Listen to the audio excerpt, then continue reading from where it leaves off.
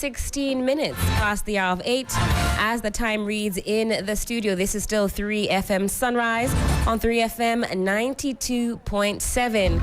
And as I've said all morning long, the issues are meaty and mighty indeed. So hopefully your teeth are sharpened. We'll be sinking our teeth into those issues.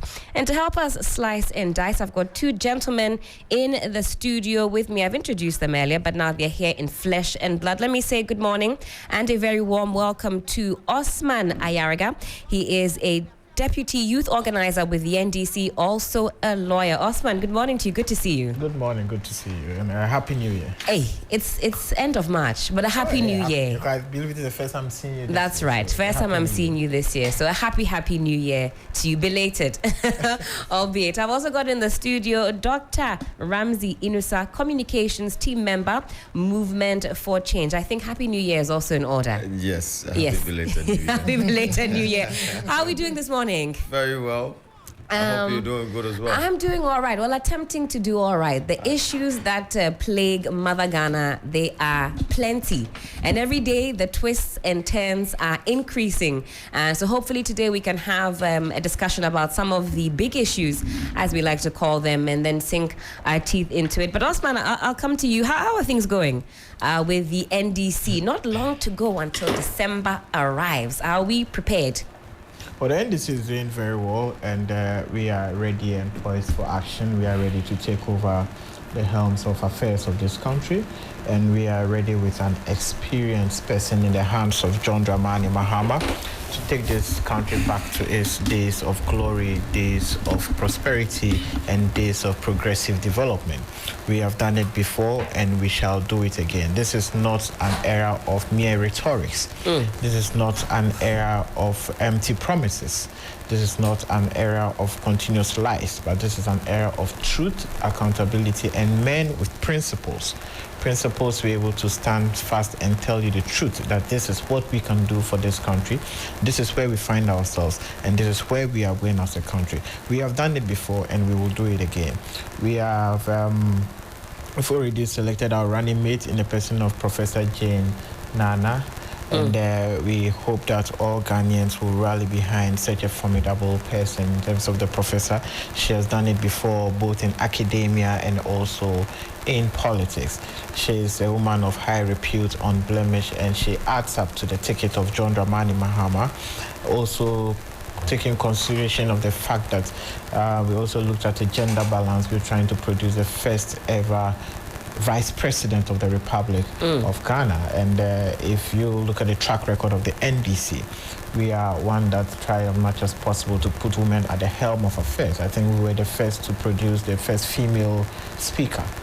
And we continue to do so many things. So Osman says the proof is in the pudding, as the saying goes. But are the communicators running a 24-hour shift as yet? Are you putting that into practice? Absolutely. We are working 24 hours. We rest not. And that is what we are seeking to do. It's not just a communication. Every unit of the party is working. You guys are working 20. The NDC, they are not sleeping. Yes, we are not sleeping. But before we even go to, I think there's a topic on ECG, but that's not even to talk about doomsday. There's this current issue all over the country. People are unable to purchase their credit. So far, that's right, and that came off the back of the connectivity issues that we experienced sometime last Thursday, is what we're being told by the ECG. And if you're listening to us this morning, when we activate our phone lines for the Voice of the People segment, you can let us know what the current state of affairs is. I know some people are suffering in the darkness and the heat because of these challenges. But Osman, it's good to see you. It's an election year, so expect the intros to get longer and longer. It's good to see you. Well, Doc, how are things going with the Movement for Change? I was asking off air if we have not been paying attention, or have you guys been a bit quiet? Is the butterfly still flying? The butterfly is indeed flying, and it's flying very high. And currently, we are planning to undertake a market tour in the eastern region of Ghana on the 21st of March. We will be storming the markets of Nsawam, Adaiso, Asamankase, Akwatia, Kade, Suhum, and then lastly Koforidua. And so the movement is doing very well. We are on the grounds. We are having engagement with the Ghanaian people that have been rendered an inefficient and incompetent form of governance since the inception of this Fourth Republic, coupled by the duopoly of the MPP and the NDC. And the general sentiments of the Ghanaians is that we do not want to be stuck with the dilemma of the MPP and the NDC. So those are the signals you're picking on the ground. We want to move beyond the duopoly of the MPP and the NDC that has rendered this country backwards and hasn't provided most of the desires of Ghanaians. That we want to move beyond aid. We want to move beyond, we looked at as an impoverished country into a prosperous society. And so that is the general sentiment of Ghanaians. And we believe that, and we know, and we have a strong affirmation that the only candidate, the only competent and credible solution that can leapfrog Ghana from poverty to prosperity is the leadership and the candidature of Honorable Alan Kojo Tramartin. So the movement for change certainly busy indeed, and a market tour is coming up. But let's get stuck straight into the issue, shall we, gentlemen? Now, this one has sent all of us into a bit of a frenzy, and we're seeing, some of the comments on social media. They say the legislature is flexing its muscles. Some say a little too late. They would have liked to have seen some flexing of muscles for different issues. In any case, there's a letter here from the Office of the President. It's dated the 18th of March 2024. It's got to do with the very infamous Human Sexual Rights and Family Values Bill 2024. Now, we've already heard the President speak about waiting for the Supreme Court to wade into the matter before any step is taken. I think he said, let's hold hands and wait. But this letter is titled Transmission of the Human Sexual Rights and Family Values Bill. I'll read this, and then we'll also get to the Speaker's reaction to this particular letter. So again, Transmission of the Human Sexual Rights and Family Values Bill 2024.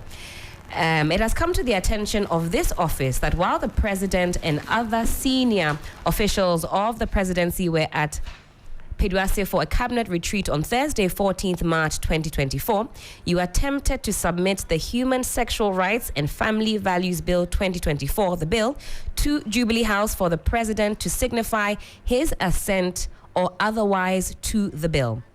This office is aware of two pending applications for an order of interlocutory injunction, both filed on March 7, 2024 in the Supreme Court in Dr. Amanda Odoi versus the Speaker of Parliament and the Attorney General. And the other one is Richard Sky versus the Parliament of Ghana and the Attorney General, respectively, to restrain you and Parliament from transmitting the bill to the President, and also to restrain the President from signifying his assent to the bill. Pending the final determination of the matter, the Attorney General has, by letter dated 18 March 2024, informed the President that he has been duly served with both applications and has advised the President not to take any step in relation to the bill until the matters raised by the suits are determined by the Supreme Court. It is the understanding of this office that both applications have also been duly served on Parliament. Therefore, it would be improper for you to transmit the bill to the President, and equally improper for this office to receive the bill until the Supreme Court determines the matters raised in the suits. Indeed, it is settled law that during the pendency of an interlocutory injunction application, the status quo ante ought to be preserved and no action should be taken that would result in prejudicing the injunctive relief sought and undermining the authority of the court. In the circumstances, you are kindly requested to cease and desist from transmitting the bill to the President until the matters before the Supreme Court are resolved. And this is signed Nana Bediato Asante, Secretary to the President. Let's take a listen now to the Speaker of the House of Parliament's reaction to this letter. Take a listen. The rejection of a bill's transmission without constitutional basis introduces a precarious deviation from established democratic practices and norms. Such actions, if left unchallenged, may embolden future attempts to circumvent the legislative process, thereby weakening the integrity and efficacy of our democratic institutions. The current impasse presents an opportunity for reflection and reaffirmation of our commitment to the principle of democracy, rule of law, and the unequivocal respect for the legislative process that forms the bedrock of our nation's governance. Unfortunately, Mr. Speaker went beyond expressing this disagreement and rather pronounced judgment on what in his view was wrong. Mr. Speaker did not only stop there, he also used very unsavory words to describe Mr. President. We believe that in a democracy, we have a right to disagree on views expressed, but we do not have right to say things to denigrate another. This, we think, is very unacceptable. Now let me get into the main issue. Mr. Speaker said that Mr. President was undermining democracy and that he should have resorted to the Constitution in making certain communications to the House. We in the majority beg to disagree on the position taken by him. He said he was not going into the matter as that would undermine the outcome of same. But we all know that the very issue that was raised by Honorable Dafemepo had to do with the continuing ministers who had been reshuffled to other ministries. The issue of constitutionality of certain nominees had been determined by way of they going through the vetting process, a report coming before the House for debate and final decision. So for me, these are two unrelated issues. 92.7 Urban Lifestyle Radio Station. So a lot of reaction there to that letter that came from the Office of the Presidency on the 18th of March. In fact, there's a release here from the Majority Caucus in Parliament, a fairly lengthy one, so I won't get into all of the details, but the first paragraph reads as follows. Today, the 20th of March, 2024, is a sad day for our democracy by reason of the arbitrary decision of Right Honourable Speaker Bagbin, who was visibly annoyed that a letter from the Office of the President informing the House about the injunctive processes in the Supreme Court relating to the transmission of the Human Sexual Rights and Family Values Bill 2024 is an affront to the dignity of Parliament and subversive of Ghana's democratic process. You scroll down further in this letter and to paragraph 10, it says here, the decision of Mr. Speaker to adjourn the House without recourse to its members, especially the leadership, is most arbitrary, capricious, and undemocratic. Osman, I come to you on this one. We're seeing a bit of a tango, if you will. I don't know, or is it logo between the legislature and the executive? Well, it's the beauty of democracy. You know, that's the beauty of democracy. I had the privilege of reading Speaker Bagin's speech yesterday, and it's a masterpiece so far as academic exercise and the legal jurisprudence is concerned. You say it's a masterpiece? Yeah, it is a masterpiece. I mean, you read through the speech and you understand how he's able to analyze the various issues. Not only analyze them, but he also quotes case law to buttress his points. And in instances where he needs to apply some administrative law, he then applies it. And he also talks about the Constitution itself, and he talks about the mandate of every person that was involved in this entire tango. First and foremost, I mean, inferring from what the Speaker actually wrote, there's nothing short of just calling the president a walking illegality. That is clearly what the Speaker was trying to tell us, that the president consistently has engaged in so many illegal acts, and aside from that, indirectly tried to denigrate the powers of Parliament. Well, is that what Majority Leader is saying, that the Speaker can disagree or may disagree with the executive, with the president, but he doesn't have to denigrate him? You say he's a walking illegality. Yes, from reading from what Speaker Bagbin said, I mean, it's in plain black and white, and you read the English language, I mean, I can clearly infer that the president is a walking illegality and he doesn't have the respect for the constitution nor the organs of government, especially parliament. And parliament, he coming from such a very honorable house, I thought he would have held parliament in high esteem. But I do not see that happening. And if you read what Speaker Bagwin has written, clearly they are unhappy with how the president has conducted himself, not only even in this current case so far as the LGBT bill is concerned. The speaker writes there that this doesn't seem to be the first time he's taken such a position so far as the constitutionality or the constitutional mandate is concerned. Now, what are the issues? It has to do with the bill. That's and right. The bill has to do with the LGBTQ++ bill. The Human Sexual Rights and Family Values Bill, right? Bill, yes, exactly. Now, the Constitution in itself tells us how a president should assent to a bill or otherwise. So Parliament in itself goes through a laborious process before the bill is actually sent to the presidency. As And we've if you seen read- with this particular bill. As we've So seen with this we've particular journeyed bill. through the many amendments, the Exactly. stakeholder engagements, and then Exactly. finally on Feb 28, it was unanimously passed by I the think House this bill of started Parliament. somewhere to 2021. That's right. So it has been going through this process for the past 3 years. Right. And finally, Parliament unanimously, it wasn't even an issue of voting that you say, oh, it was by majority. But I want to even It was touch a on this unanimous- on this unanimous decision. I mean, can in all fairness, and let's, we don't have to be too passionate about this.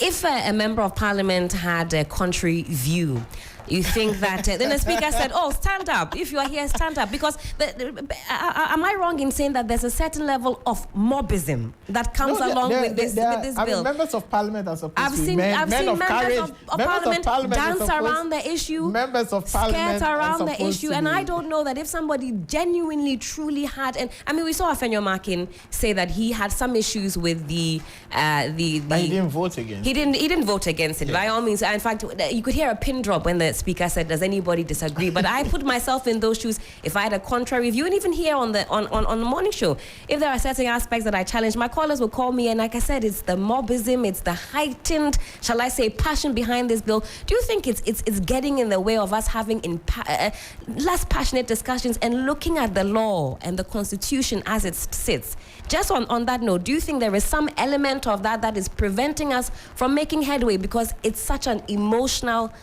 bill, if you will? The viewpoints are coming from a certain place. You know what I'm talking about. I thought you were going to say it was an emotional blackmail. We'll get to that. But Osman, carry on for me. I believe that there's members of parliament are men of courage. They are men of principles. And I've heard some members of parliament, try as much as possible to make their dissent opinions known out there. Most of them are not against the bill entirely, but they're just against certain portions or certain punishments. For example, the incarceration of those. Yes. I think I heard Afenyo Makin said in principle he wasn't against the bill. That's right. But there are certain portions of the bill of which he was against. So that's right. In principle, no one is against the bill in its entirety. Or the whole idea behind the bill. Right. People just have their own reservations so far as portions of the bill is concerned. Okay. I think that is a whole conversation for another day. All right. So coming to this whole issue, the Parliament of Ghana feels very spited, and I also agree with them, because considering the fact that members of Parliament need to go through a laborious process to get a bill passed, and if you read the Constitution, you say check Article 106, etc., you realize how and the way the process of which Parliament actually enacts most of its bills, and it's not just an issue of two people going to sit at one place and put together a bill. Even when Parliament passes the bill, it needs to go through the printing press, which is assembly press. Printed, is brought back to the clerk of parliament, who needs to proofread, go through it, assent his signature to it. Then it even comes to the speaker of parliament. He also goes through the same laborious process before it's even transmitted to the presidency. Now, if you read the constitution, clearly, the president is supposed to receive the acts of the bill. Then two things are involved. Either he assents to it, or within 7 days, he gives reason why he cannot assent to the bill, or he refers it to the Council of Elders. Sorry, the Council of State. My party, I'm just saying Council of Elders. Council of State. I mean, Right. say Council of Elders, because my party, we have the Council of Elders, yes. Before it's transmitted to the Council of State. One, and you see, the politicking around this whole bill, so far as the presidency is concerned, is one that I think Ghanaians need an apology from the president. You recall that even before the bill was transmitted to the presidency, there was already an informal announcement to us that someone has already gone to court. So you say the president got ahead of that suit even to announce to us. The president was informing us of someone who was going to court, even a day before the person went to court. Well, the president has intel. Please. I know you're just playing the devil's advocate. I mean, it's a country of records. Right. And a country where we play by the rules. The president cannot be telling me of someone's intention to go to court when he has not been served. So clearly, the president didn't have the slightest intention of signing or assenting to that bill. Clearly. So I thought the president would have been bold enough to receive the bill and say, I will not sign it for A, B, C, D reasons. Instead of this tango dance of going around trying to use the courts, trying to use the judicial system to play around it. I just saw a news item, I think last night, that in fact the entire application for injunction has been thrown out. So now, where lies all this tango dance? So I'm waiting to hear what the president will say, whether another person would be sent to court, because we've seen it happen over and so over Osman, again. educate us. Which injunction has been kicked out? Which one are you referring to? The Richard Sky one has been kicked out. So now the president cannot use that as an excuse to escape he actually assenting or not.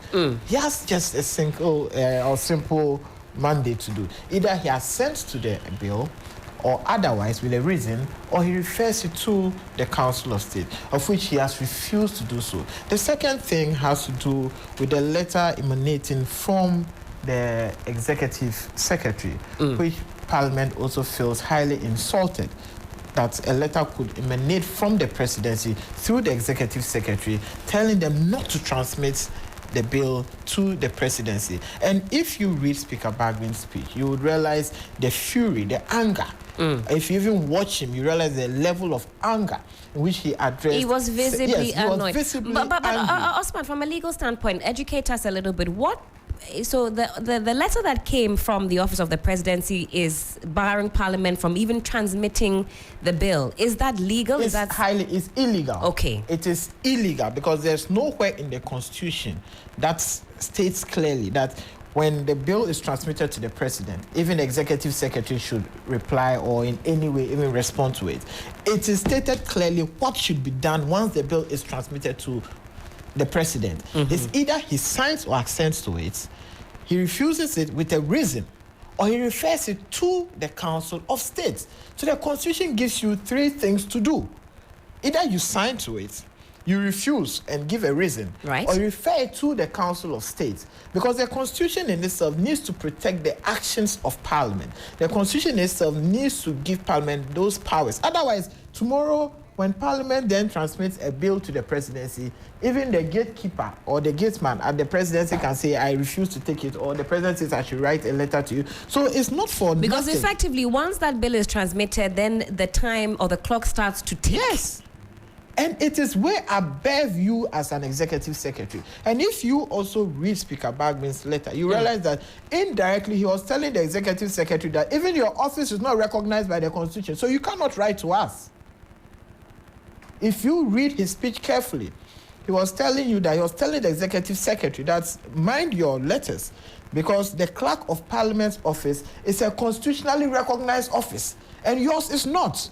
And there's a mode of communication between the clerk and the president, which is stipulated in the Constitution. So you, as an executive secretary, you have no business. You have no business in that organogram or in that chain of events. So when I pick from what the speaker says, he says that this could embolden future attempts to effectively circumvent the powers or the work of Parliament. That's why I told you that if we entertain such illegalities, the next thing is that next time not even the executive secretary will be writing to Parliament. Don't be surprised if the security men start writing to Parliament, telling them that your bill have been ordered by the president to write to you to tell you that your bill should not be transmitted to the presidency. So these are things we need to watch. And I thought the president, being a lawyer, also being a human rights activist, would know better. And I also thought the executive secretary, being a lawyer, both of them would know better. But of course, these are people who have only decided to engage in serious illegalities. And if you read Speaker Bagman's letter or speech, that's why I keep telling that it's a masterpiece. It is one that every law student should read and understand the dictates of separation of powers. We'll make that available Yes. for all of us on the social, so do check us out on Facebook. It's a fairly lengthy one, not too lengthy actually, Not but too late, you just can about 60 paragraphs. Yes, you can get the import of what he's saying. But let me bring in Dr. Ramzi in here again, communications team member for Movement for Change. Doc, who is holding us hostage? Who is holding the people of Ghana hostage? I think we need to give it a thorough analysis. And from the information that we're privy to as a people, we did witness that the finance minister, Honorable Amin Adam, warning the presidency that Ghana might risk losing $3.8 billion if they go ahead to pass this bill. That's right. Now, this is a question I put to all learned politicians in this country. Do we subject the sovereignty of this country to the interests of external powers? We have countries like the US, the UK, and France, and other Western countries putting pressures on us to accept something that is a sacrilege to the cultural norms of the Ghanaian society. And let me take you down some memory lane. Sure. As far as homosexuality is concerned. If you look at the UK, the British that colonized us as a country, in 1533, under the leadership of Henry VIII, they passed their first civil sodomy law, which was dubbed the Bedry Act 1533, which criminalized homosexuality, and the punishment was by death if anyone was caught in that act. Back forward to colonial Ghana, in 1861, the British also brought in a law, the Offenses Against Persons Act 1861 in Ghana, that also punished people that engage in homosexuality by means of life imprisonment. And so if you look at the history of all these countries and how they've evolved as a society, they went from frowning against it to now accepting it. So why don't you give us the opportunity to decide as a society, as Ghanaians, that this is what we want to do and But this is where we want to go? have we not already decided homosexuality is illegal in Ghana? Well, from the look of things and looking at how the presidency is playing some gymnastics with this issue, it seems they have some interest. You understand? You say we're getting closer and closer to a point where, persons who identify as LGBTQ will be asking for even more rights. So you say marriage, adoption, and so you think we're getting to that place? Is the danger there? Look, the Ghanaian cultural norms frowns on it. We are Ghanaians, first and foremost. We are not British. We are not Americans. We are Africans. We are Ghanaians. And our culture frowns upon that, and so it remains the same. These same actors cannot go to Saudi Arabia to tell the Arabs to accept this repugnant act of homosexuality. They can't do that. You understand? Everybody has his own stance on it. But hey, we are not saying that people of homosexuality orientation do not have rights. We're not saying that. Okay. They have rights. And we are all equal before the Constitution, before the law of the Republic of Ghana. However, our societal norms and ethics frowns upon that. And that is the stance of we, members of the Movement for Change. Do you understand? That is the stance. That is the stance. Okay. We would not accept that. Okay. And we will go with the unanimous decisions of Ghanaians that this is what we want to do as a society. Or you say the majority view. The majority view, Yes. yes. The majority view of Ghanaians, that we will not accept that. It is not part of the culture of Ghana. You So understand? you are asking for the president to just let us know if he will sign it or he won't sign and it. funny enough, it's like everybody is sitting on the president, but I have not heard anything from the flag bearer of the MPP. We've not heard his stance on it. Osman, are you also waiting to hear from the flag bearer of the MPP? I've heard consistent calls in that regard. I thought in this month of Ramadan, the flag bearer of the MPP would have been very honest, straightforward, and taking a definite position because he's praying and fasting. But even in the midst of he praying and fasting, he has been very, very silent. Well, we know his religion frowns on the but act. he, as an individual, we need to know, not his religion. He is not the religion. Can we not infer? We cannot infer. He on has to this come matter. out and tell us something.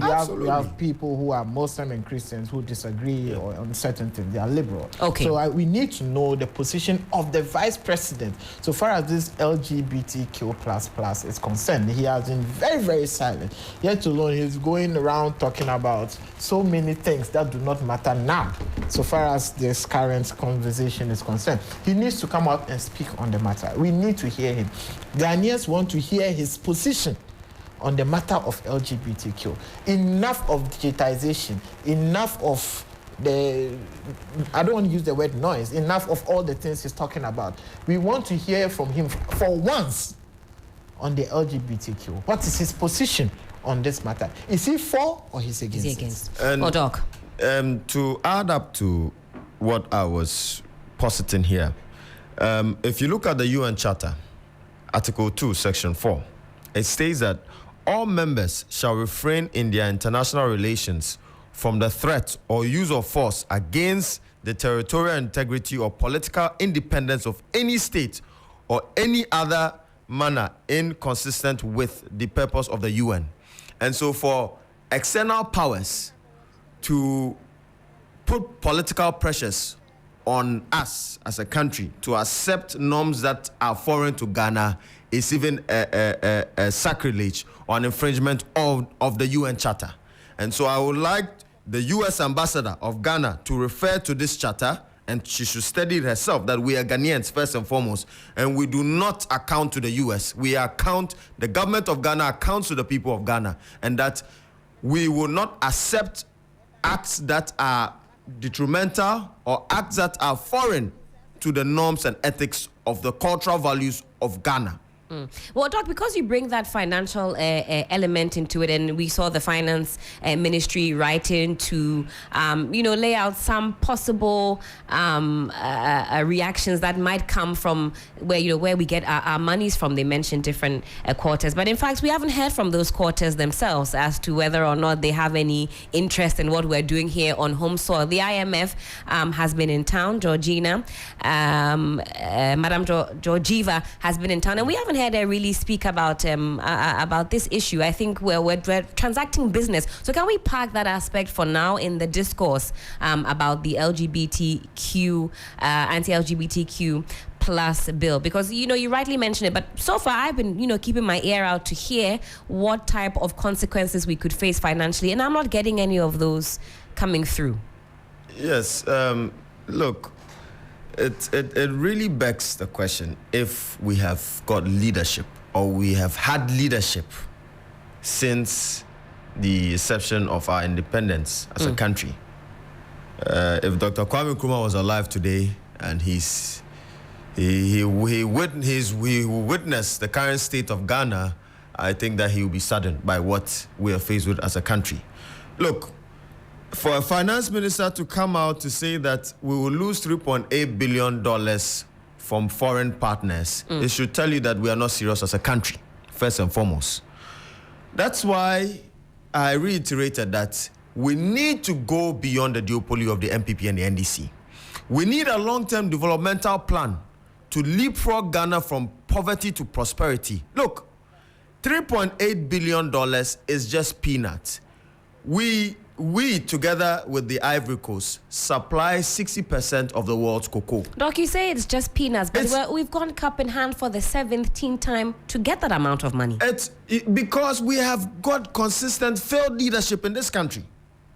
It's as a result of failed leadership in this country. Let's look at the likes of China. Let's even look at the likes of South Korea. pre-independence, the GDP of Ghana was higher than that of South Korea and Malaysia. We were far advanced, higher than them in terms of gross domestic product. Let's look at these countries today. Where are they and where are we? Can we compare ourselves to them? No. That's right. Absolutely not. And so when I say that we've got consistent field leadership for so many decades, I think that the Ghanaian society would vindicate this statement that I'm making here. Look, the chocolate industry is $100 billion. $100 whooping billion. Together with Ivory Coast, Ghana supplies 60% of the world's chocolate. Cocoa. That's right. Cocoa beans. Now, if we control 60% of the world's cocoa beans and we are getting just $2 billion from the export of these beans, and the chocolate industry is $100 billion, then I think that there's a disconnect there. Of course. There's a big disconnect there. There's just $2 billion annually in a market that is worth $100 billion. And we supply. We supply. And in economics, when you have the power of raw materials, you have the power of supply. That's right. And so you can determine what? The price. Because there's a huge demand out there. $100 billion. And none of these political parties, the MPP and the NDC, has laid down a long-term developmental plan to ensure that we gain traction, we are able to get more of these shares as far as the global chocolate market industry is concerned. Dr. Ramzi, hold that thought for me, because we've done a small digression. I want us to put a nice bow on this issue of the Human Sexual Rights and Family Values Bill, because things are getting very testy, if I can use that word, between the majority and the minority. So, Osman, I'll come to you again and we wrap this up in 30 seconds. What should be done to move? I want to move forward, because when I list the things that are going on in this country that need severe attention, you know that we have some pharmaceutical drugs that have been locked up at the port since August 2023. These are antiretroviral drugs, malaria drugs, and the like. Talk less of the National Cathedral and matters arising. The city has lost over 83% of its value since 2010. I mean, look at the teacher unions on strike today. So our issues are many. So I want us to wrap this up nicely with the bow so we can go to other issues, because I feel like we're being held hostage now. I don't even know who to look at, the executive or parliament. We need to be free of this bondage. What should happen, Osman? 30 seconds. Yeah, I think the president should be bold enough to do the right thing. He should be bold enough to do what it has been constitutionally mandated to do. The president should be able to take a definite position. It's either I am for the bill or I am against the bill. If you are for the bill, the simple thing you have to do is assent to it. If you are against the bill, give us good reason why you're against the bill. If you also want to refer it to the Council of State, then please do that. This hide and seek game coming from the president is one that we shall not countenance. That is what will move this country forward. The president should be bold enough. And not only the president, his current vice president, who is also the flag bearer of the MPP, which will be going into opposition very soon, should also make a definite statement, because our flag bearer in the NDC, we have made a definite statement so far as this LGBTQ is concerned. So he should be bold enough to make a definite statement, because this game of hide and seek, this hypocrisy, this, speaking from different directions of the same mouth, is not one that will be countenanced. I've told you that this election is going to be an election between honesty and dishonesty. If you're an honest person, you want to lead this country, you should be bold enough to take a position and make it known to the good people of this country. The vice president's silence is too loud, and he needs to take a position so far as the LGBTQ is concerned. Osman, this was 30 seconds times 3. So I'll give Doc a minute. What should we do to, move forward? We have to move on. We have to move on. Thank you once more. The leader for the Movement for Change, Honorable Alan Kojo Tramantin, under his visionary plan, the Great Transformational Plan, has indeed realized issues entrenched in our constitution that we are faced with today. And the issue about the loggerheads, or the wrestle between the executive powers and then the legislative powers, is a clear paradigm as to the issues that are entrenched in our constitution. He has said that he would address imbalances of power between organs of states and ensure effective and efficient checks and balances. He would also strengthen the independence of constitutional bodies, right, and make them efficient and effective in the delivery of services to Ghana. And he would reduce direct executive control over these constitutional bodies. And he is also proposing that he wants to create a second chamber. Currently, Ghana runs a unicameral parliamentary system. We have one chamber. He wants to bring a second chamber that would turn Ghana into a bicameral parliamentary system, where it would ensure or create an entry point for different stakeholders and non-state actors, and would promote inclusive governance in this country. Right. That's something we can certainly explore as the months progress and we head to the polls in December. But let's change gears right about now, gentlemen. And this one is a case of, is it stolen laptops or some missing BVDs? I'm still trying to wrap my head around this. But let's take a listen to what the minority leader, Dr. Ato Kesel-Forson, had to say about this issue. We'll also get the EC's response. And when we come back, we'll have a conversation. So take a listen. Biometric verification devices are utilized to verify the identity of individuals whose data have been captured during the registration process. The device-based verification process will determine eligible voters on polling day. The minority leader in Parliament alleges that 7 of such devices procured by the Electoral Commission have gone missing. Electoral Commission confirms that 7 of the biometric devices are indeed missing. I urge the CID and the Ghana Police Service to immediately issue a statement giving us the details of their investigation so far. He indicates that the integrity of the election could be compromised if the root of the problem is not identified and addressed. I am concerned and worried because that devices in the hands of an unknown person can compromise the future elections that Ghana will have. The family of the late Ejuso MP Dr. John Kuma visited Parliament to officially inform leadership of his demise. The House will rise for the Easter festivities on Wednesday. Duke Bento Poku, TV3 News, Parliament House, Accra. The Commission recently undertook routine servicing of its biometric voter registration kits.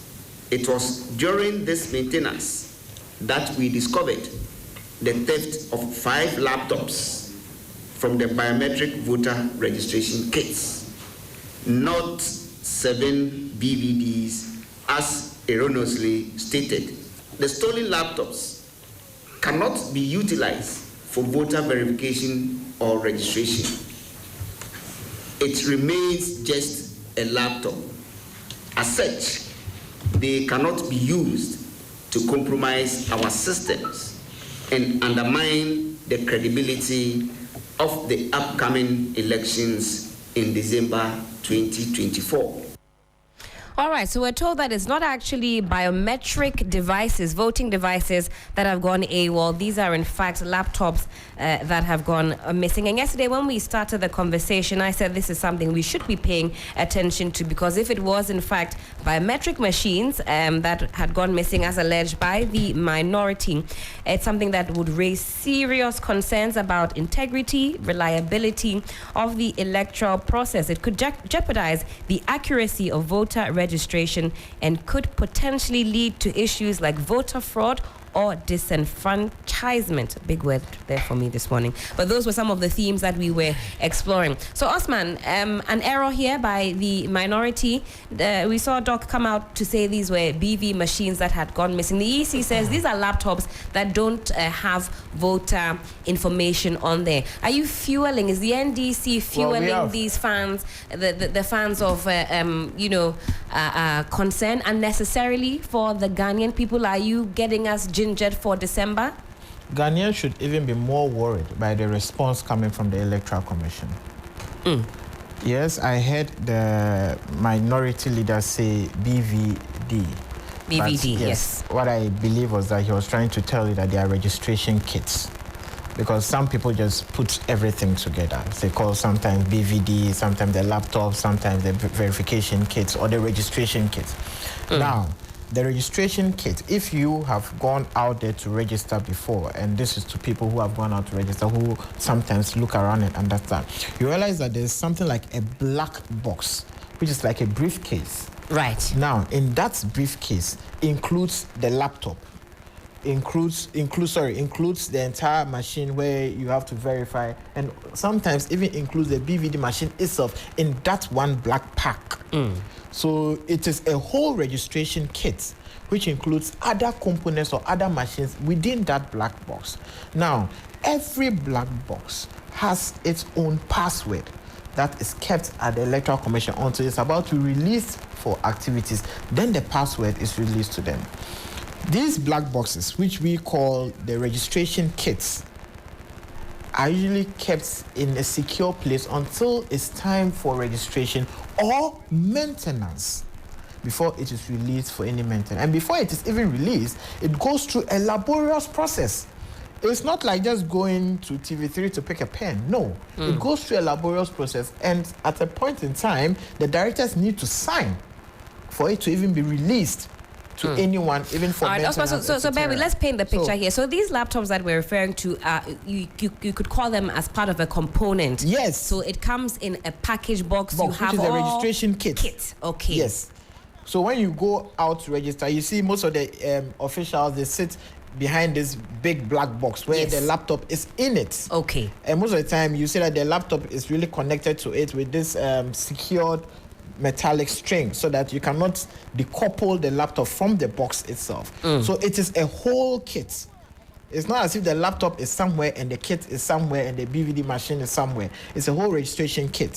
So I want people to understand what it looks like, and for them to come out and tell us that it's just a laptop. It's not a mere laptop, no. It is a component of an entire kit. Now, on these machines are what we call serious data, because they are all synchronized.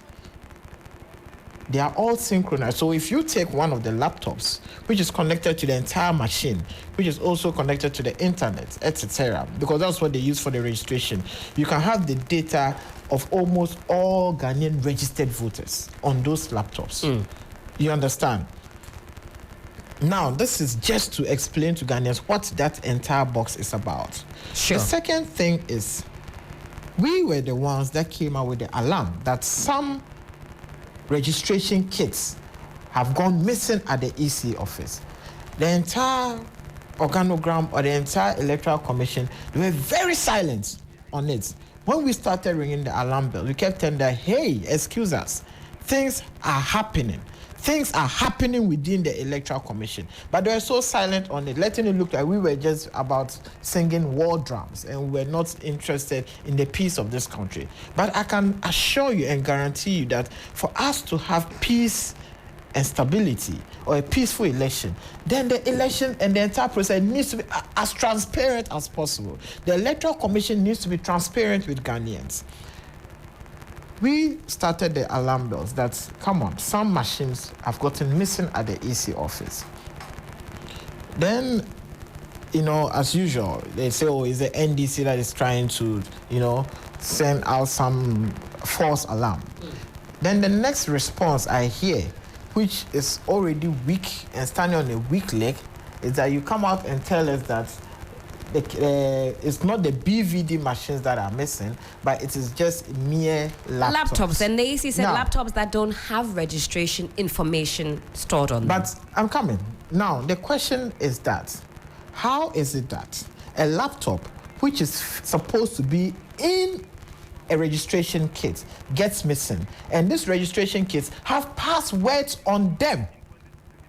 So how did we release the entire registration kit? That is one. How did they have access to the passwords to those boxes to be able to remove their laptops? And how did they remove their laptops? How did it get missing? They cannot just come out and tell us that mere laptops are missing, because they are not mere laptops. They are laptops that are found in the registration kits. So it is not like going to a laptop company to go and buy a simple laptop, maybe 2 gig RAM, 1 gig memory. No. it is an entire machine.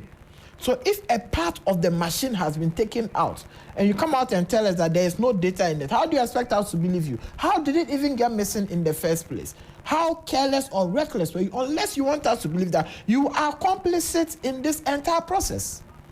We cannot accept such myopic explanations coming from the EC. We cannot accept that. What we want is a peaceful, transparent elections.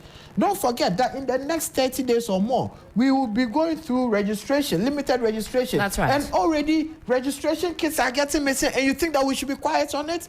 And you come out and give us this childish explanation. This is an insult of an explanation, telling us that it is just the mere laptops that are missing. Let me bring explanations Doc into this. You've heard what the EC had to say, and we play that. Shall we play that one more time? Let's take a quick listen, and let's come back, and Doc will weigh in on this one as well. This is the EC responding to the minorities' claims that some BV machines had gone AWOL. But of course, if you've been listening to Osman here, he's painting a picture for us that these are not just laptops that sit on their own. They are part of a bigger infrastructure. Take a listen. The Commission recently undertook routine servicing of its biometric voter registration kits. It was during this maintenance that we discovered the theft of 5 laptops from the biometric voter registration kits, not 7 BVDs as erroneously stated. The stolen laptops cannot be utilized for voter verification or registration. It remains just a laptop. As such, they cannot be used to compromise our systems and undermine the credibility of the upcoming elections. Doc, what do you make of these assurances coming from the EC? Does that cool your heart? Does that settle the matters? What needs to happen? You see, for so long as a country, we have had issues getting to an election as far as the management of our electoral process is concerned as a country. I'm not surprised the NDC and the MPP, especially now the NDC in opposition, making so much noise. Doc, are you saying it's par for the course? We see this every time. We see this every time, but I'm driving us to somewhere. Sure. They are the creation of this problem. The NDC and the MPP are the creation of this problem because they have enabled the Constitution to favor them when they get to power. So, for example, if you look at Article 70, Section 2, it says that the President, in consultation with the Council of State, would appoint the EC chairperson and other commissioners of the EC. Now, if you are in power and you have the right to appoint an electoral commissioner, which the EC should be an independent constitutional body, then there's an issue here. That is where the mistrust comes in place. If the table stand and the NDC were in power and this happened, I'm not sure they will be making such noise. However, just as the Honorable Sam George pushed for the anti-LGBTQ legislation, I believe that if he would also champion the cause for constitutional reform in this regards, it will serve a better good for this country. And we will be able to solve these problems once and for all. The president should not have the powers to appoint the EC chairperson, period. So you are going to the source of the issue? Of course. I mean, if the accounts will say, I'll grow bear there if you are not part 222. To it? Yes. To it, if an event will be successful, it begins in the morning. Oh, you don't understand, yeah? Oh no, for my listeners, okay, so that they can we can take them along with us on this journey. Exactly. But okay. Anyways, so I'm tackling it from the root cause. It's the flaws in the Constitution. If we amend our Constitution, that is one of the themes underpinning the movement for change. That 32 years of both the MPP and the NDC, they have been playing around this Constitution that has empowered them to compromise the governance system you should see and the to way render Osman is looking at it from the absolutely corner to render of an his eye. inefficient government to the people of Ghana. And so we need to amend these provisions in the Constitution to entrust Parliament to appoint such leadership as far as our independent constitutional bodies are concerned. Even you look at the IGP, the CDS should be appointed by Parliament and not the President, because we all know that there will be some form of bias in the appointment, and we know that since the inception of this Fourth Republic, the Ghanaian society has been so polarized by the duopoly of the MPP and the NDC, and this statement can be vindicated by even an SHS student. Doc, I want to ask you something, but I know things are new, so Yes. I want us to go on a new tangent, because of course the flag bearer for the movement of change has been a part of this duopoly for many years. So sometimes on the outside, when we listen, and I'm just going to be truthful, yeah. it almost sounds like, oh, this is not a new player in the arena. This is not a new player that whilst was in the arena, we were hearing championing the cause of breaking away from this duopoly and amending the constitution. This all sounds very new, but of course, a butterfly comes from a caterpillar. It's a new creation. So I allow us to go on this tangent of newness, if you see where I'm coming from. And Doc, Yes. I know you understand where I'm coming from. Yes, but you see, when you take the candidature of both the NDC flag bearer and the MPP flag bearer and you put our candidate there, I mean, you can't compare them. It's like comparing a bicycle to a motorbike. That's what you're trying to do. They are completely different. When we talk about credibility, competence, and integrity, none of the candidates stand tall as compared to Honorable Alan Kojo Martin. Let's look at the corrupt scandals under this current administration and then the NDC government, led by John Dramani Mahama. Can you associate any corrupt activity to Honorable Alan Kojo Martin since he started his political career till date? Can you? And I dare the MPP and the NDC to come out with anything. You can't. And so if he says that he will do it, he's a doer. And he has reiterated that Ghana has turned into a NATO country. No action, talk only. And that has been dominated by the MPP and the NDC. And you see, you said he was part of the MPP. Yes, he was part of the MPP. I mean, I didn't just say it. He was part of the MPP. No, he was part of the MPP. I agree. But here's a case. And I'll give you the analogy of the driver and the mate. Okay. Now, President Akufo-Addo is the driver. Alhaji Bawumia said he's the mate. Honorable Alan Kojo Martin was part of the engineers that made sure that the car, the governance car, the government would run efficiently. Now, you have a car. We all drive vehicles. Every part or every component in your car has a designated specialist for. That's right. And so if you look at his responsibility in government, since the presidency of President Kufuor and then that of President Akufo-Addo, and you look at his records, it should tell you that he has an unblemished record as far as trade and industry is concerned. Today, I was growing up and I'll tell you a story. My grandparents used to tout Nkrumah as one of the greatest industrialists in this country. And they made mention of some exponential development in the automotive industry under the leadership of President Kwame Nkrumah, where Ghana was assembling cars. That's right. And so growing up as a child and listening to this history and looking at how this person has been able to reincarnate that vision of Kwame Nkrumah, I should tell you that, hey, we have indeed got hope as a country.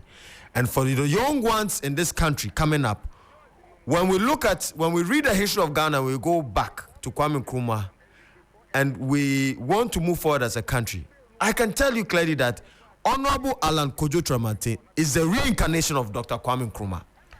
Doc, I'll be quoting you on this one Yes. specifically, but let's bring it back. Let's cycle back because we've digressed a bit, but we're having a discussion, so we allow it to free flow Yes. in different areas. But what I'm understanding from Doc is that this is really a creation. This has become a monster because of the Constitution, and until we're hitting it at the roots, until we're uprooting it from the soil. Osman, what I'm hearing from Doc is that this is an issue that is going to plague us, because every time the tables turn, we're told the EC is in bed with government. The EC keeps bed hopping depending on what year it is. But in particular with this issue, this is something, Osman, you're saying we shouldn't keep our eyes off, because when you paint the picture of these laptops being a component of a registering device, that's no mean device. So let's wrap this up, because we still have to talk about Doomsaw. Yes, I thought we were going to stick to the issue of the EC, but once he has dragged my presidential candidate and the next president of Ghana into a debate, I will surely want to respond. But certainly. Of course, but let me speak to the EC first, because that is even more important to me. Yes, so we are calling for a comprehensive audit, both technical and the data of the EC. One, technical in terms of all of its gadgets and equipment. We are requesting, or we are mandatory asking for a comprehensive audit of all of its machines in all of its offices, for us to know going into the election, this is what you have and this is what we are working with. And apart from that, we need a comprehensive audit of its data, and also an assurance that all of its data is well protected, because we do not want to hear any stories moving forward.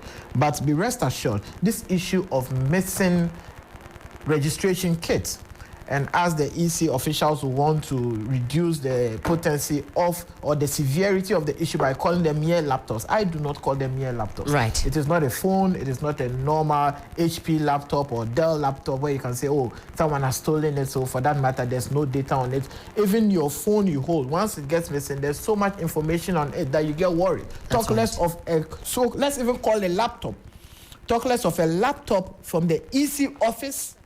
It is not a brand new laptop for it to tell me that there's no information on it. So they need to tell us that what kind of information, real information on those machines have been stolen. And they should be able to track it, investigate. Do we know if the police have waded into this particular issue? Was there more on that? Whether or not the police have a keen interest in retrieving these? I was listening to the EC. I think they mentioned something along those lines, or have I missed? Yes, not only the police should have a keen interest in retrieving it. BNI, national security, they should have a keen interest in retrieving all of this information as to whether any information has been let out there, because these are serious files or data of intelligence that we need to run an election. So just imagine that all of this information is out there, even if not to Ghanaians, but to some hackers out there. You and I cannot tell what will happen on any election day. Now, with my brother, let me just digress a bit, just a minute or so, to talk about what my brother was talking about. Let's do it. I'm surprised. All of a sudden, Alan Chermante and Baumia behave as if they just came from Jupiter. You've always been with the MPP, and your umbilical cord is still connected to the MPP. They've cut the cord. Yes, you may disagree with them, but you are a stock of the MPP. So when you speak, you speak, you're an offshoot of the MPP. You come out of the MPP. Osman, you don't agree that it's a new day, it's a new dawn? President Kwame Nkrumah was part of the UGCC. So please, let's allow Osman to speak. All right. I listen to you, so please. Let's be, So when you speak as if you just fell from the skies, and for that matter, you've not been part of the mess the MPP has created, and you have been part of the mess. So do not come out that's what I'm saying, that between Alan and Baumia, I do not know who is now even new, because they all claim they are not part of the mess. Baumia is kindly tilting aside from the mess, claiming that he is now the new person.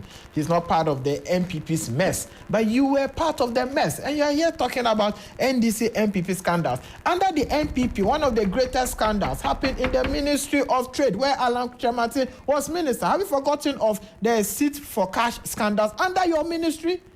Just under your ministry.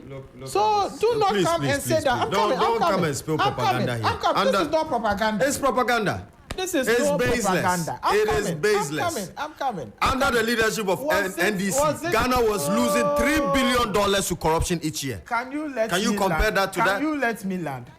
You said both parties have engaged in corrupt activities. And I've told you that even under the MPP, where you say your flag bearer was not engaged in any corrupt activity, You want us to believe that any form of corrupt activities in a government all should rest on the head of the president or the flag bearer. And I'm telling you that even in your own ministry, there were issues and activities of corruption, of catch for seats, where even Parliament had to even wade into the matter and investigate the matter. And So do not. What was the final verdict? Would you let me land? Would you let me land? So don't come and say that once there are corrupt issues, everything should rest on the president's head. So don't forget that even your own ministry, you also have your own share of corrupt activities leveled against you and officials of your ministry. And when you come out and speak as if you are the most competent, even under Kufuor, even to manage Gary was a problem for you. Under the current government, even to just manage sugar factory, what's the problem for you? So please, when we are speaking, he has just declared. I'm coming. When we are speaking, let us not even go into the issues of Chairman saying and the NDC. I would rather have stayed within my issue. But since you introduced my candidate, I allowed us to digress a bit so that we could get when you're talking about records, as far as corruption is concerned, you can't compare Mahama and Chermatin. Please, these are two different. Can we put a bow on this and then we can let move me on? But Doc, I'll give you another just 1 minute so we wrap this up because Doomso or no Doomso, we have to talk about it. Yes, please. No, but he started. I respond. So if he responds, I'll have to also reply. He started and I responded. So if he responds to my reply, I'll have to reply to his response. So how do we wrap this up in a bow so we can get on to the PURC's order in respect of our electricity issues? Doc, I'll give you just 30 seconds. Let's wrap this in a bow and let's get on to some other issues so that we can slice and dice that. Doc, you wanted to respond directly? Yes. I think that he's making some baseless accusations here about the cash for seats that they claim was associated with our candidates, the Honorable Alan Kojo Chamat. It's baseless. Your candidate has been vice president. He has been president. And we've all seen the level of corruption under his leadership. That was why Ghanaians voted massively against the NDC in 2016. And they thought that they were bringing in messiahs to come and salvage the economic situation, not knowing they are just bringing another half of the Siamese twin. Messiahs you were part of? Oh, please. You were part of the NDC. You campaigned. Please. You were part of the Messiahs. So Messiahs you were part of. Please. And you only realized you couldn't be part of them after 8 years. Please. After 7.5 years, then you realized you couldn't be part of them. You brought about Commander Sugar Factory. Please. Commander Sugar Factory. I am surprised the NDC has the nerves to bring about Commander Sugar Factory and associate it with Honorable Alan Kojo Chamat. Why do you say that, Doc? When you look at the cost of the factory, the cost of the factory. And this time we wrap it up really in 1 minute, and let's talk about Doomso. The cost of the I have to reply to that. I think, gentlemen, I think on that note, let's move on. Again, let me reintroduce my guest in the studio. A very energetic morning indeed. It's to be expected. The year is 2024 after all. But I do have in studio this morning Dr. Ramzi, Inusah Communications Team Member, Movement for Change, and also lawyer Osman Ayariga, Deputy Youth Organizer of the NDC. So far, we've talked about the anti-LGBTQ bill awaiting assent from the president or by the president. We've also talked about the alleged theft of BVDs and the EC's response. We've heard from the minority leader and also the EC, what the EC is calling mere laptops. Osman is here. He says it's part of a bigger infrastructure. Last on our agenda here is the issue of Doomso, the recent Doomso upset. Is it Doomso? Is it Doomsie? Johnny will say it's Doomshe in Doomshe Sombekana Somonka. Well, we're certainly talking about it, but let me take you down a trip of memory lane. It's Throwback Thursday. After all, the president said we had overcome the Doomso menace in 2020. Do you remember this? Take a listen. All our best laid plans for industrialization will come to naught unless we have a reliable and reasonably priced energy source. It probably says something about the progress we have made, that in discussing the state of our nation, it takes a while even to get into our power supply matters. It gives me great pleasure to be able to say that we have overcome the Dumsor menace. But unfortunately, I cannot say that we have resolved all our energy problems. It is still work in progress. All right, it is still work in progress, but largely the president says all is well, and you heard the House say, yeah. 4 years on, the lights are still flickering, on, off. And we're going to be also speaking with one Yao Frimpong. He's a victim of a fire outbreak caused by Dumsor. He's lost his wares.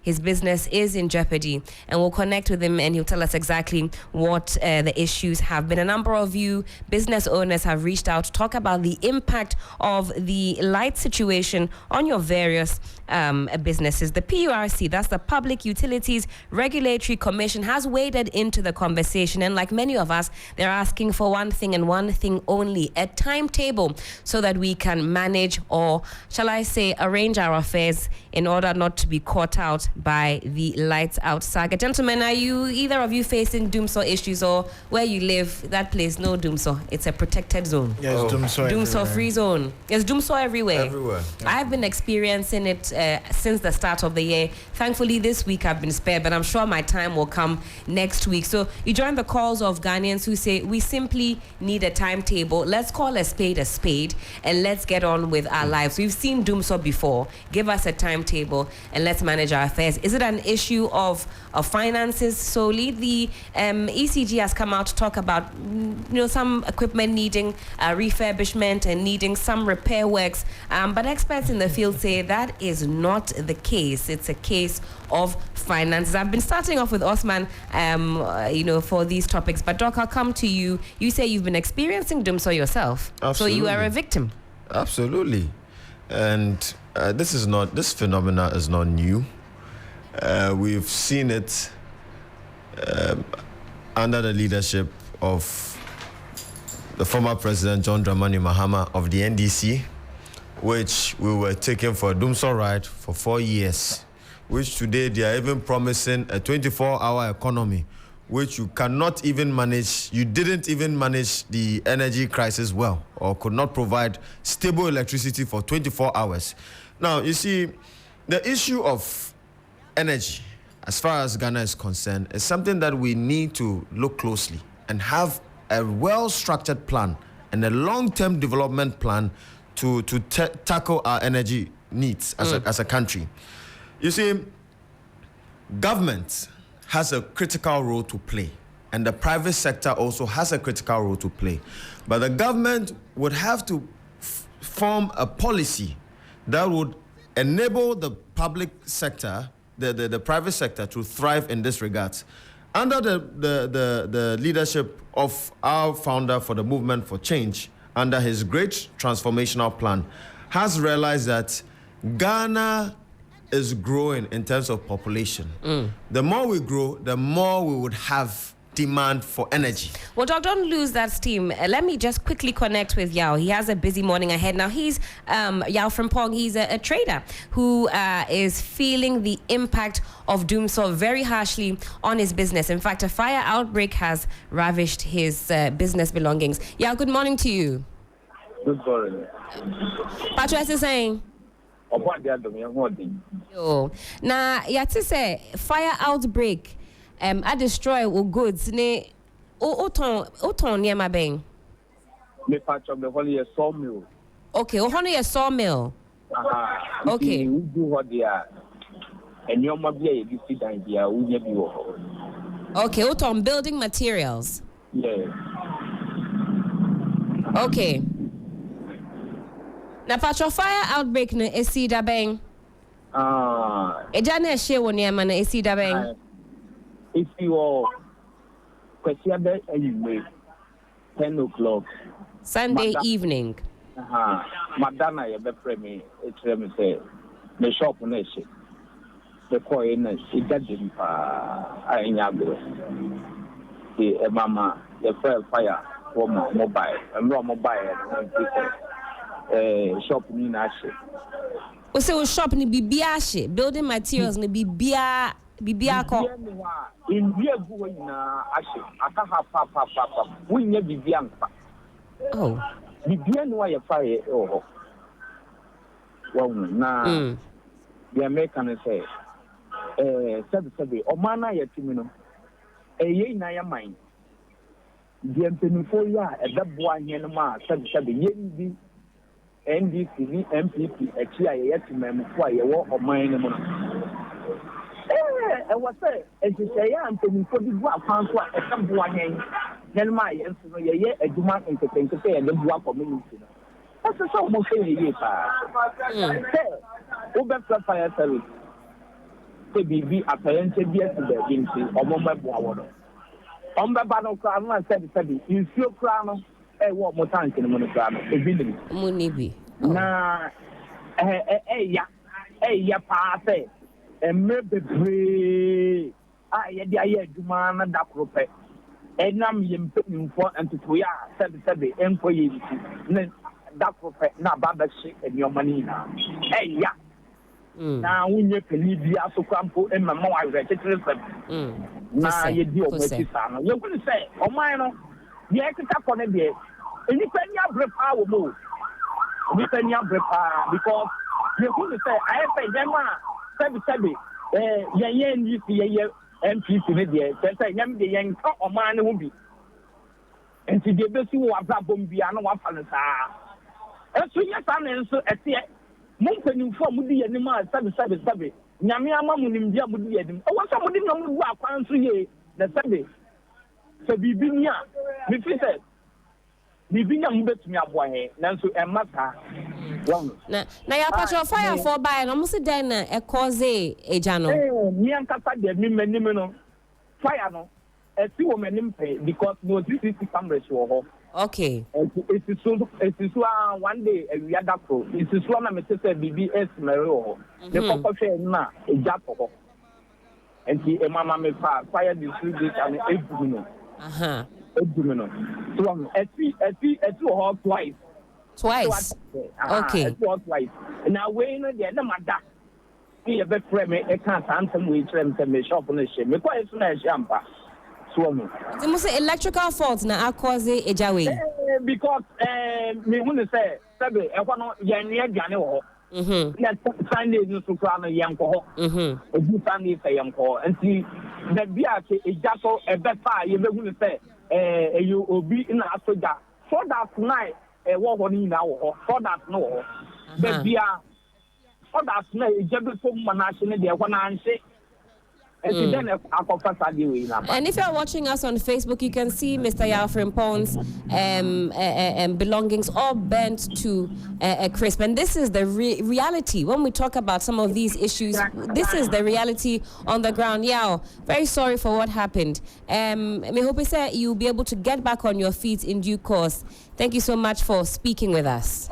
Thank you. Yo, Medasi Pan. Again, that was Yao Frimpong, who showing his shop here, where he had building materials, all types of building materials that have been bent to a crisp. And he says he's got CCTV cameras in there, so he can capture what is happening. They don't cook in there. It's all to do with the electricity issues that abound. So, Doc, when we talk about some of these things and we get into the technicalities, the average Ghanaian really is just looking for solutions. For myself, trying to wrap my head around whether it's finances, the payment of IPPs, capacity, is it, some spoiled equipment, or ultimately, the only thing the Ghanaian person wants to hear is solutions. And so I know you're dissecting this one for us. We only have about 5 minutes to go, and then we have to say goodbye. So let's summarize this. I'll summarize it. Yes. So first and foremost, for so long, since the inception of our Fourth Republic, we've been running on manifestos provided by both the dominant parties, the MPP and the NDC.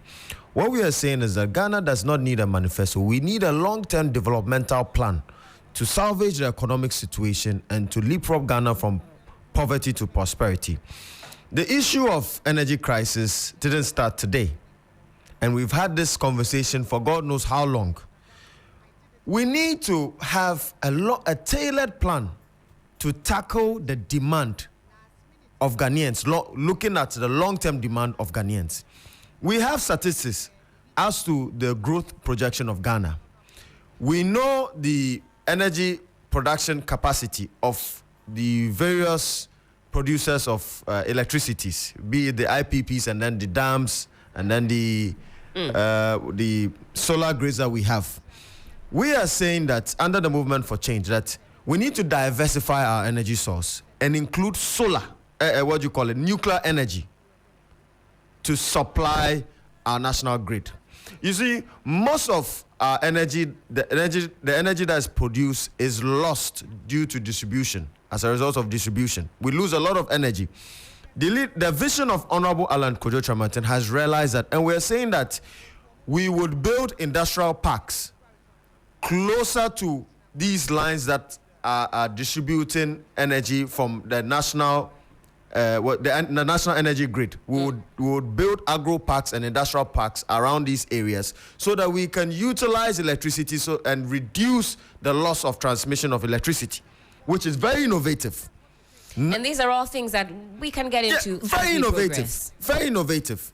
And you see, I'm glad that the gentleman has mentioned the issue of Ghana Fire Service. You see, we can't blame them too much. That's right. If you look at the state of the Ghana Fire Service today, look, you will lose hope. And in fact, they are friends of the show. They come here very often. They tell us about the tenders that need to be replaced and issues about water and so on and so forth. So, Doc, summarize for us. I'll come to Osman. When you have a government that is prioritizing the African Games and is spending over $190 million on $243 million US dollars. $43 million US dollars on this mere African Games. And we have pending issues as far as our fire service is concerned, our security is concerned, our health sector is concerned. Very important. It should tell you that indeed we do not have the kind of leadership that Ghanaians deserve. And that is why we're saying that support the movement for change. Believe in the leadership and the candidature of Honorable Alan Kojo Tramartin, who is the only solution that would leapfrog Ghana from poverty to prosperity. Osman. We've seen the MPP, we've seen the NDC, we've seen John Dramani Mahama. In 4 years, Dramani Mahama cannot transform Ghana. Osman, he can't do anything. Osman, he has been president. Let me bring you into this one. Yes. You see, when you speak and you talk about your plans, I don't have a problem with that. But once you drag my president in, I will deal with Osman, let's make progress. I still have... Osman, let's make progress so that we can talk about it. PRC says timetable is needed. Yes. The Ghanaian doesn't care about all these explanations, whether technical or financial, whether political or social. The most important thing is that once I go out there to buy electricity, I should be able to transact that financial transaction. I should be able to buy it. I should be able to go back home and experience or enjoy that electricity that I went out to buy. Today, I have two issues, aside from Inusah. You know, I came in this morning with a very serious issue about people not being able to buy electricity. And that is another major concern out there. If you add it to the current issue of Inusah, that even aggravates people's problems. Right. Because I have the money, even when there's light, I cannot even buy light. That is a major problem. The ECG needs to look into it. They cannot continue to hide under this submarine cable. Yes, there are issues, but you need a plan B. You cannot tell me you are running this entire institution without a plan B.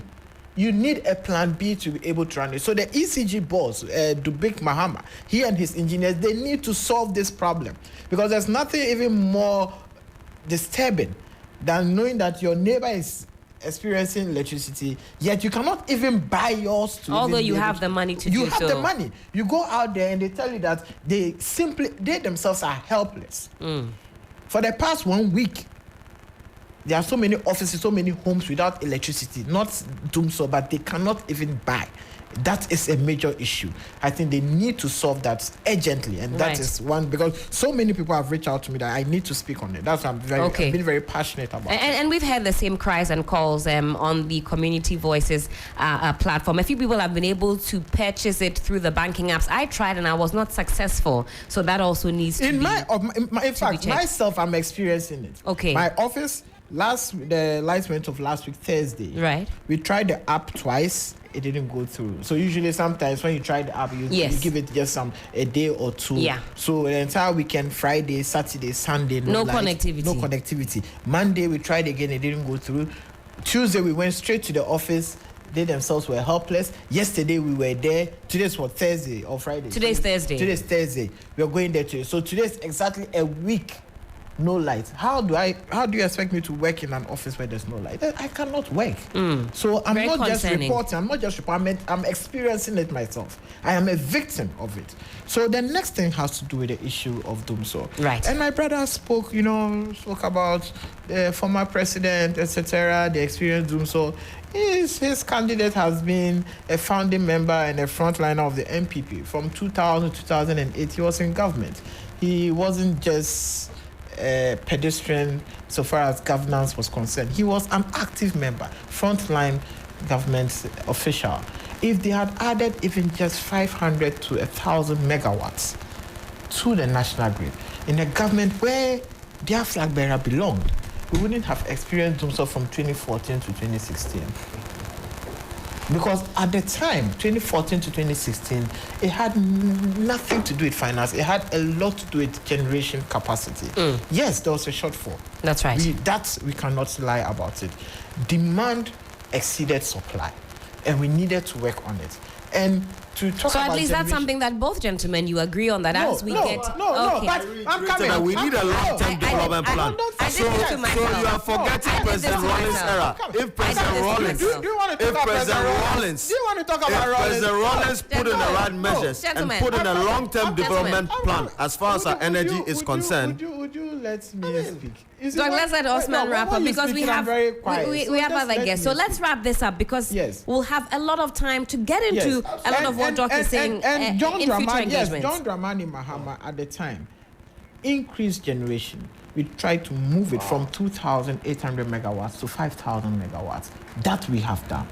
So, and I expected the MPP, this current MPP, of which their flag bearer or their leader was another active member, cabinet Osman, minister. it's a new day. It's a new dawn. No, but you cannot run away from your sins. But was he the energy minister?